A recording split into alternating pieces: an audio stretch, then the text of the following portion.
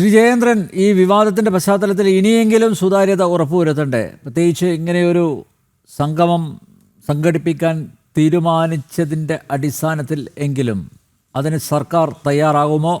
കോടതിയുടെ സംശയങ്ങൾ ദൂരീകരിക്കുമോ? എങ്ങനെയായിരിക്കും മുന്നോട്ട് പോവുക?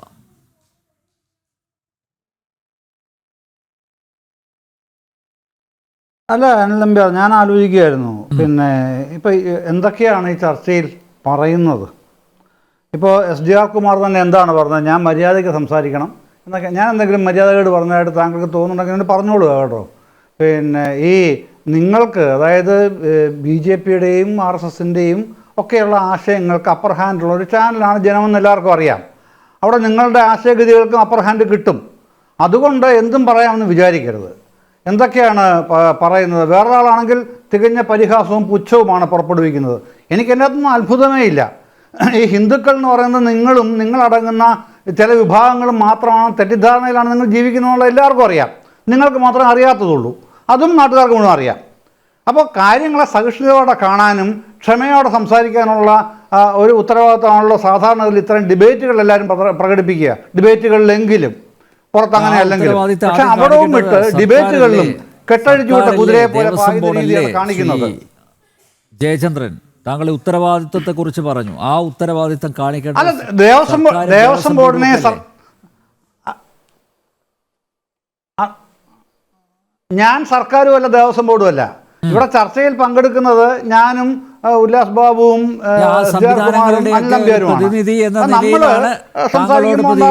അല്ലാതെ M. ജയചന്ദ്രൻ എന്ന വ്യക്തിയോടുള്ള വിരോധം അല്ല ഇവിടെ പറഞ്ഞത്. താങ്കൾ ആ സംവിധാനങ്ങളുടെ പ്രതിനിധി, റെപ്രസെന്റേറ്റീവ് എന്നുള്ള നിലയിലാണ് താങ്കൾക്ക്. അല്ലാതെ അതേന്നെ, ഞാൻ അങ്ങനെ തന്നെ ധരിക്കുന്നുള്ളൂ. അതിന് തന്നെയാണ് ഞാൻ പറഞ്ഞു തുടങ്ങിയത് മറുപടി. അല്ലാതെ ഞാൻ എന്നെ വ്യക്തിപരമായി എന്നെ അവർ വിമർശിച്ച് ആക്രമിക്കുന്നുള്ള യാതൊരു തെറ്റിദ്ധാരണയും ചിന്താഗതിയില്ല. ഇല്ല ഇല്ല ഇല്ല അങ്ങനെ ധരിക്കുന്നില്ല ഞാൻ, തീർച്ചയായിട്ടും ഇല്ല സർ. അതേന്നെ, ഞാൻ അങ്ങനെ ധരിച്ചിട്ടും ഇല്ല. ഞാൻ പറയുന്നത് അത് നിങ്ങളുടെ ആശയഗതിയെ സംബന്ധിച്ച് തന്നെയാണ് ഞാൻ പറഞ്ഞത്. ഇപ്പോൾ താങ്കൾ ഏറ്റവും ഒടുവിൽ പറഞ്ഞു നിർത്തുമ്പോൾ പറഞ്ഞത് 49-ന് മുമ്പുള്ള കാര്യം പറഞ്ഞല്ലോ. ഞാൻ ഈ മറ്റേ പൊളിറ്റിസൈസ് ചെയ്ത വർത്തമാനങ്ങളിലേക്ക് ദയവായി ഞാൻ വരുന്നില്ല.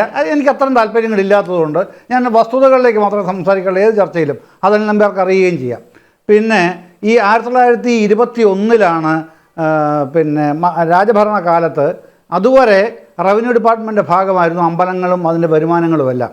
21-ലാണ് ദേവസ്വം ഡിപ്പാർട്ട്മെൻറ്റ് ഉണ്ടാവുന്നത് തന്നെ. പിന്നെ ദേവസ്വം ഡിപ്പാർട്ട്മെൻറ്റ് ഉണ്ടാക്കി അത് സ്വാതന്ത്ര്യാനന്തരം 49-ൽ കവനൻറ്റിലേക്ക് മാറുന്നു. ആ കവനൻറ്റിൽ 38ഓളം കാര്യങ്ങൾ വ്യക്തമായിട്ട് പറയുന്നുണ്ട്. അത് രേഖപ്പെടുത്തി പറയുന്നു. അത് മഹാരാജാവിൻ്റെ ആ പ്രൊക്ലമേഷൻ ഉണ്ട്, ദേവസ്വം പ്രൊക്ലമേഷൻ. അതിൽ പറയുന്ന പ്രധാനപ്പെട്ട ഒരു സംഗതി എന്താണെന്നറിയാമോ? ഞാനൊരു ഹിന്ദു വിശ്വാസിയാണ്, അതുകൊണ്ട് എനിക്ക് ഹൈന്ദവ ആചാരങ്ങളെക്കുറിച്ചും അനുഷ്ഠാനങ്ങളെക്കുറിച്ചും അറിയാം. പക്ഷെ മറ്റ് ഇതര മതസ്ഥരുടെ ആചാരാനുഷ്ഠാനങ്ങളെക്കുറിച്ച് എനിക്ക് അറിയില്ല. അതുകൊണ്ട് അവരെ ഈ കാര്യത്തിൽ ഇതിൻ്റെ ഭാഗമാക്കുന്നതിന് എനിക്ക് യോജിപ്പില്ല. അതുകൊണ്ട് ഞാൻ ചെയ്തിട്ടുമില്ല. വളരെ വിശാലമായ പലപ്പോഴും ചർച്ച ചെയ്യുന്ന തെറ്റിദ്ധരിപ്പിക്കുന്ന ചോദ്യമുണ്ട്. എന്തുകൊണ്ടാണ് പിന്നെ മുസ്ലിങ്ങളുടെയും ക്രിസ്ത്യാനികളുടെയും ആരാധനാലയങ്ങളിൽ ഇടപെടാത്തത്? അതിൻ്റെ മറുപടി ഞാൻ പറഞ്ഞത് മഹാരാജാവ് പറഞ്ഞത്, ഞാൻ പറഞ്ഞതല്ല കേട്ടോ, എഴുതി വെച്ചിട്ടുള്ള ദേവസ്വം പ്രൊക്ലമേഷനിൽ. അപ്പോൾ ആ ഒരു വലിയ പിന്നെ അതൊരു ലെഗസിയാണ്. ആ ലെഗസിയാണ് പിന്തുടർന്ന് പോകുന്ന ദേവസ്വം ബോർഡും. പക്ഷേ ഞാൻ മുമ്പ് പറഞ്ഞതുപോലെ ദേവസ്വം ബോർഡ് പാപ്പരായിരുന്നു. ഈ പാപ്പരായ ദേവസ്വം ബോർഡിനെ ഉയർത്തിക്കൊണ്ടുവന്ന മഹാരഥന്മാരായ ദേവസ്വം ബോർഡ് പ്രസിഡന്റുമാരാണ് എൽ നമ്പ്യാർ. അത് നമ്മൾ ആ ചരിത്രം നോക്കിയാൽ ആർക്കും അനായാസം പഠിക്കാവുന്നതേ ഉള്ളൂ. ഞാൻ ഈ പറഞ്ഞ പ്രാക്കുളം ഭാഷയ്ക്ക് പിന്നാലെ N. മാധവൻ നായരാണ് വന്നത്. മാധവൻ നായർക്ക് പിന്നാലെ ഉപജാത ഗ്രൂപ്പ് വന്നു, പിന്നെ GP മംഗലത്ത് മഠം വന്നു, അഡ്വക്കേറ്റ് ഭാസ്കരൻ നായർ അവരുണ്ടാക്കിയ അവിശ്വാസികളെ കുത്തിത്തിരികിയ ദേവസ്വം ബോർഡ് എന്തിനാണ്? വിശ്വാസികൾക്ക് വിട്ടുകൊടുക്കൂ, ക്ഷേത്രങ്ങൾ അവർ ഭംഗിയായി നടത്തിക്കൊള്ളും. നിങ്ങൾ ഇത്രയും ത്യാഗമൊന്നും സഹിക്കേണ്ട കാര്യമില്ല. അല്ല ജസ്റ്റിസ് പരിപൂർണൻ സ്വാമി താങ്കളി പറഞ്ഞ നമ്പ്യാർ താങ്കളി പറയുന്ന കാര്യങ്ങളൊക്കെ ജസ്റ്റിസ് പരിപൂർണൻ സ്വാമി 1992-ൽ പിന്നെ ഒരു സ്വമേധയാ എടുത്തൊരു കേസിലാണ് കേട്ടോ. അവിടെ അദ്ദേഹം പറയുന്നുണ്ട്. എന്നിട്ട് അദ്ദേഹം ആ വർഷം തന്നെ ശബരിമല വരുന്നുമുണ്ട്. ഞാൻ ചെറിയൊരു ഉദാഹരണം ചൂണ്ടിക്കാണിക്കുന്നതേ ഉള്ളൂ. ആ വർഷം ശബരിമല വരുമ്പോൾ പൂർണ്ണകുംഭം നൽകി സ്വീകരിക്കുകയാണ്. പൂർണ്ണകുംഭം നൽകി സ്വീകരിക്കുമ്പോൾ സ്വീകരിക്കുന്ന അതെ.